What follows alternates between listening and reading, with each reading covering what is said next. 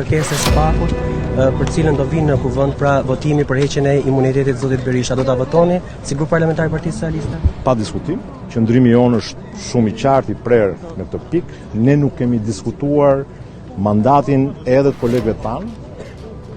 Kur vjen puna, kur SPAK-u kërkon një gjë të tillë në parlament, kështu që kjo nuk diskutohet fare që ne do ta votojmë. Mazhoranca socialiste po e çon me vetdije drejt djegjes kërkesën e SPAK për arrestimin e zëvend kryeministres të pandehur Belinda Balluku, duke shfrytzuar vonesën e një vendimi nga gjykata kushtetuese. Skema e zvarritjes duket se po çon në konsumimin e afateve ligjore, me synimin që kërkesa të bjerë automatikisht. Shpresat janë tek neni 118.5 e rregullore së kuvendit, që përcakton se nëse kuvendi nuk merr vendim brenda 3 muajve nga paraqitja kërkesës së prokurorisë për autorizimin e arrestimit të një deputeti, kërkesa konsiderohet e rrëzuar. Për Ballukun, kjo do të thotë një datë konkrete, 16 mars.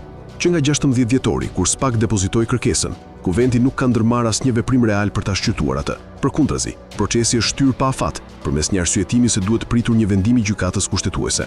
Në urdhrin e firmosur nga kryetari i kuvendit Niko Peleshi, thuhet se shqyrtimi i kërkesës së SPAK do të lidhet me marrjen dhe vlerësimin paraprak të vendimit të gjykatës kushtetuese. Qëndrimet reflektojnë një linjë politike të shpallur publikisht nga kryeministri Edi Rama, i cili deklaroi se nuk ka asnjë gjas që shumica qeverisëse dhe parlamentare ta shqyrtojë kërkesën e ngutur të prokurorëve. Sot kjo deklarat bie ndesh me praktikën konkrete, ku për herë të parë në historinë e kuvendit, një kërkesë e SPAK për arrestimin e një deputeti zvarritet për javë të tëra pa u futur në rendite.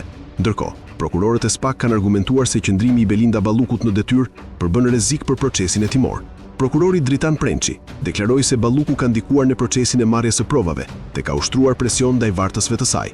Për këtë arsye, SPAK ka kërkuar autorizimin e arrestimit të pandehurës Belinda Balluku, duke argumentuar se ajo po prish provat, po ndikon tek pëshmitarët dhe po rrezikon interesin publik.